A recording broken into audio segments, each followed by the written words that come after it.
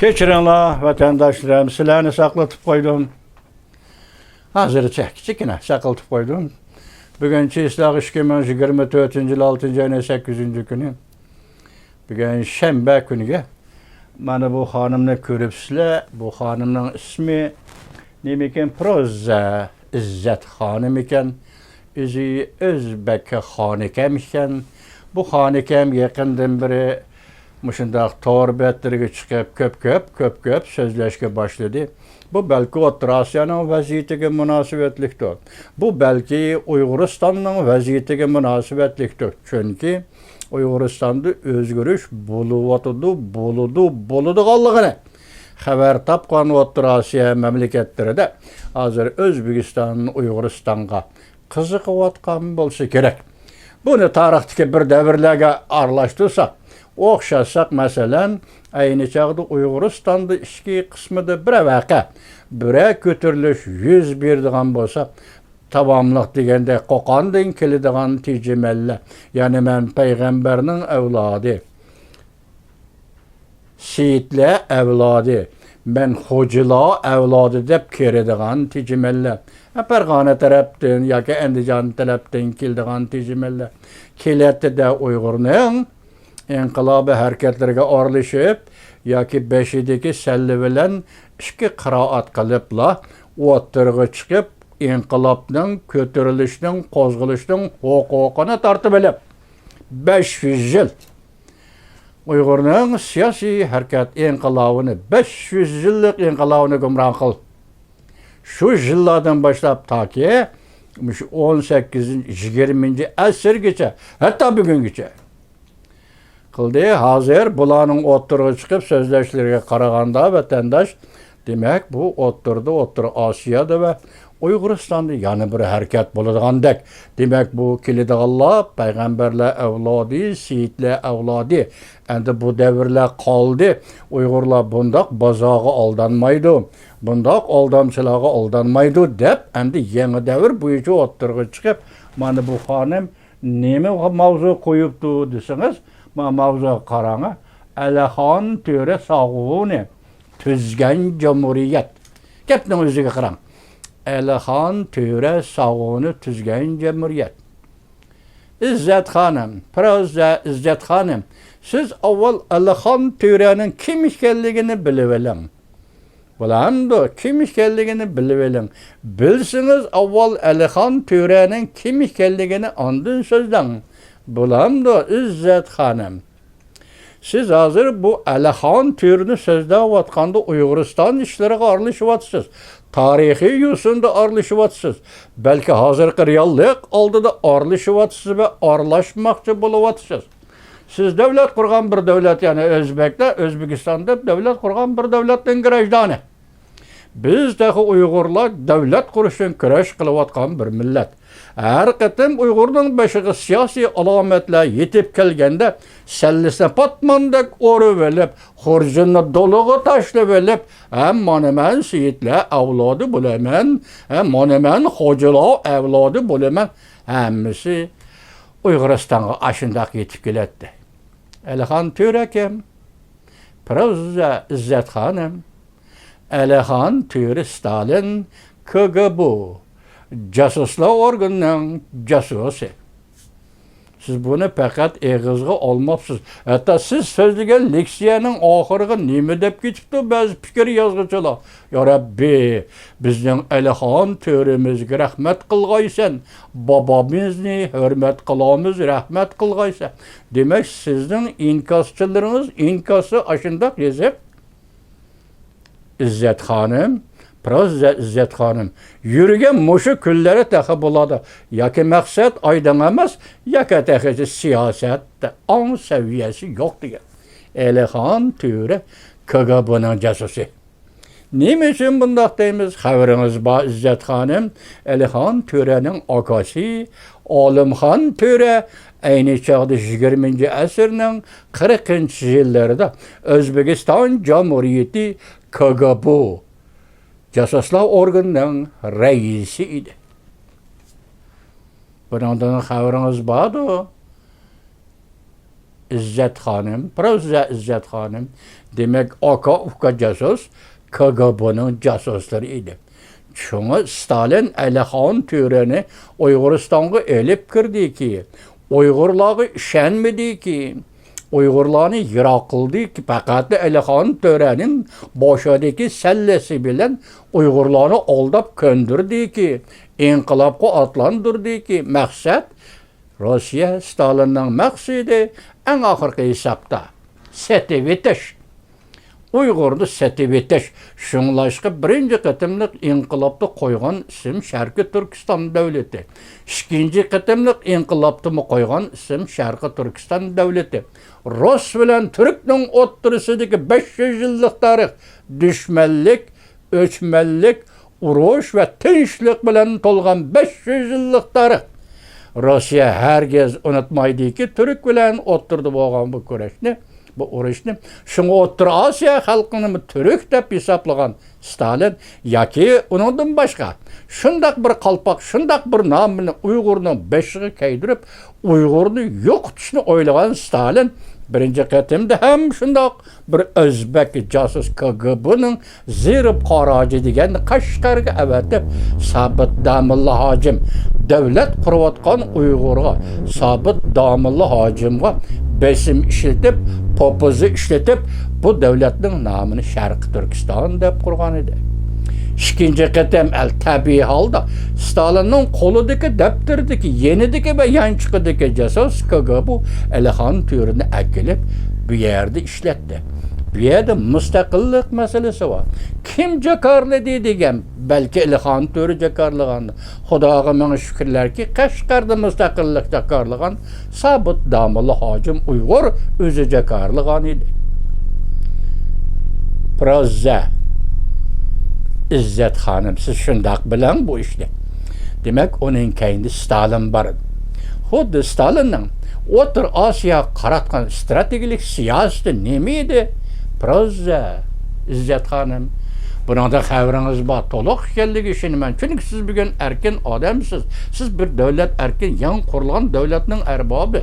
Arbobi bo'lmasangiz bir grajdani siz İzzet Hanım. Qandaq Stalinning O'rta Osiyo qaratgan siyosati nima? O'zbek bilan tojikni boshqarish, tojik bilan qirg'izni boshqarish, Uyg'ur bilan qozoqni boshqarish, qozoq bilan tatarni boshqarish, yana tatar bilan kimni boshqarish. Mana bu Stalinning tashkiliy prinsipi. Mana bu Stalinning u millat bilan bu millatni, bu millat bilan u millatni boshqarish Stalin belgilagan strategik siyosatdir. O'rta Osiyo qaratgan strategik siyosatdir. Şunlaşqa tağı tönügüngacha O'zbekistonga mustaqillik jakarlagan va O'zbekistonga prezident bo'lgan Karimov, rahmatli Karimov Samarqandda tug'ilgan tojik edi. Tağı tönügüngacha Rossiyaning Brejnev davrida Rossiyada O'zbekistonga rahbar bo'lib ishlagan Sharaf Rashidinov asli boshqirt edi. Boshqiristonlik odam edi. O O'zbekistonni, O'zbeklarni boshqargan edi. Xuddi shuningga o'xshash 1952-yili Stalin Uyg'uristonga Burxon shahidini belgilab berdi. Mao Zedong shuni ishlatdi. Hatta Burxon shahidini Uyg'ur deb yasab chiqdi. Oqsuliq Uyg'ur deb yasab chiqdi. Demek başka millet orqali başka milletni boshqarish shungacha Stalinning qo'lida davomlashdi, ham Mao Zedongning qo'lida davomlashdi. Xanam, Cumhuriyet tuzgan. Uyg'urga Cumhuriyetni kim qurib berdi? O'zbekmi va yoki Stalinmi? Vaqtlik Cumhuriyetni qurib bergan, setivitishga tayyorlab turib Cumhuriyet qurib bergan kishi Stalinmi va yoki O'zbek Alihan Töre. Bu chekni ayirib eting xonim bulamda. Bu chekni ayirib eting. Yani siz nurg'un leksiyalarni so'zlabsiz. Masalan, qo'mondan Yoqub Bek to'g'risida men yaqinda leksiya so'zladim. Prozza İzzet Hanım, Yoqub Bekni Angliyalik diplomat ve Angliyalik yozuvchi, tarixshunos, siyosatshunos Charles Borger tojik dedi. Siz elbette Yakup Bey'ni Özbek deysiz. Ben deymen ki Yakup Bey'ni Uygur deymen. Çünkü O'rta Asiya Almıta Uygurları Katar'da yaşavatkan tarihçimiz İsmail Efendi Yakup Bey'nin Uygur işgalligini Kaşgarlik Taşçı Kaşgar'dan Andijan'dan Peskent'e yetip gelgen Kaşgarlik Taşçı'nın oğlu işgalligini ispatladı. Siz mi devren özünüzün tiline tatqiqlığıp Prozza İzzet Hanım, men devre üzemnin tilini tatlık kılıp bir günü zamanla keledi bu kişilerin kim işgalligi ayrılıp çıkıdı hanım. Lekin siz hazır cumhuriyet tüzgen. Mesela Uyguristan'da deyiş kim ağzınız bağmaptı. Yaki Uygurlar elide Uygurlar vatanede cumhuriyet tüzgen Özbek Elihan Türe dep mundak elişiniz gerek idi. Sel tatınğanda kılısız hanım. Şundak mı? Prozza İzzet Hanım siz tatınıp kalganda kılısız. Tatınmam. Siyaset meydan tatınış olmaydı. Aşkarı sözleş gerek. O'rta Asiyadan kelip meyle qaysi Özbek, meyle qaysi Qırgız, meyle qaysi Tacik, yani meyle qaysi birisi Uyguristan'da Uygurga davlat qo'yib qurib bergan bir kishi yo'q. Uygurlar o'zi elishib, o'zi mag'lub bo'lib, o'zi mustaqillik jakarlab, o'zi manjular qarshi kurash bilan qo'zg'olon ko'tarib, mushundaq yashab kelgan millat, biroq O'rta Osiyodan kelgan seyitlar avlodi, xo'jalar avlodi, payg'ambarlar avlodi bu Uyg'ur xalqini aldab, Uyg'ur xalqini qaymoqtirib, Uyg'ur xalqining kurash mebellerini qo'liga tortib olib, tarixdan beriki Uyg'urlar ko'targan zaman qo'zg'olonlar, ko'tarilishlar, inqiloblarning hammasi mag'lub bo'lib keldi. Bir misalını aytib beray sizga. Dal shu Yakup Bey davrida ili, masalan Uyg'uristonning ili o'lkasi Alaxon sultonligi davrida, masalan Alaxon sultonligi Qozog'istonda qochib kelgan Qolibek qozoqlarini Çar Rossiya qaytarib ber deganda Alaxon sulton qaytarib bermayman, o'zimning birodarlarim, tuqqanlarim, qarindoshlarim, men o'zimning qarindoshlarini sotadigan millat emas. Men Uyg'urman dedi. Biroq Alaxon sulton hokimiyetining ichiga kirib olgan qo'qonlik O'zbek Mahmud Pochi o'tirg'i chiqib, nima shaman bu, nima salla u, nima namoz bu, o'rtirib o'qimsan, o'ltirib o'qimsan, sallani qandoq beshingga yo'gaysan degan mush so'zlarni ko'tarib chiqib ziddiyat selib Alaxon sultonligini ichidan gumron qilgan O'zbek Mahmud Pochi degan kishi edi. Xabaringiz bormi? Prozza İzzet Hanım bu ishlardan xabaringiz yo'qda, ha? Mushundaq edi. Biz bugungi kunda Uyg'ur xalqi hozir mazlummiz. Hozir biz bir bechora millat. Lekin g'arb ellarda Amerika Qo'shma Shtatlaridek büyük bir davlatda davlat majlisidan qo'llashiga erishib, avval birinchi qadamli kishilik huquq bobidan boshlab, ikkinchi qadamli siyosiy talablarimizni o'tirib qo'yib, kurash qilib, kurash ichida yashab kelayotgan millat biz Uyg'ur millatimiz. Xudo osmondan bir kechada tashlab berdigan mustaqillikni Uyg'urlarga ravo ko'rmabdi. Biz Uyg'ur bu mustaqillikni kurash bilan olamiz. Sizning darhol o'ttirga chiqib qolganingizni qaraganda vaziyat pishib qolgan o'xshaydi. 1757-yili Belixon To'ra dal shundoq vaziyatga ulgurib kirgan edi. 1944-yili Elixon To'ra dal shundoq vaziyatga ulgurib kelgan edi. Masalan Stalin Uyg'urlar qo'zg'agan qo'zg'olonni, Uyg'urlarning qo'zg'olon huquqini, Uyg'urlarning inqilob huquqini tartib olib, Elixon To'rada KGB'ning jasusining qo'liga tutqizib qo'ydi. Prozza İzzet Hanım huquqni Uyg'urning qo'lidan tortib olib, Stalin o'zining jasusi, KGB'ning jasusi Elixon To'raning qo'liga tutqizib qo'ydi.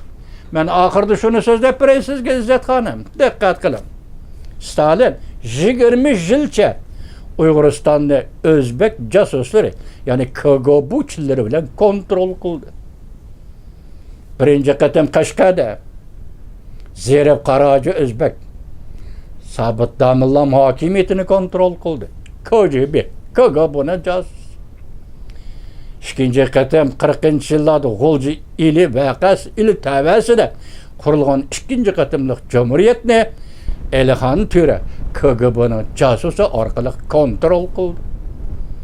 Üçüncü qatam 1952-yili Sayfiddin Azizi Uyg'ur Beijingga majburlab avatilganda Mavzudonga to'yin chapan tumaq kiygizdigan chaqda naq maydonda nazorat qilib turgan kishi Olimjon O'zbek KGB'ning birinchi nomerlik jasusi edi.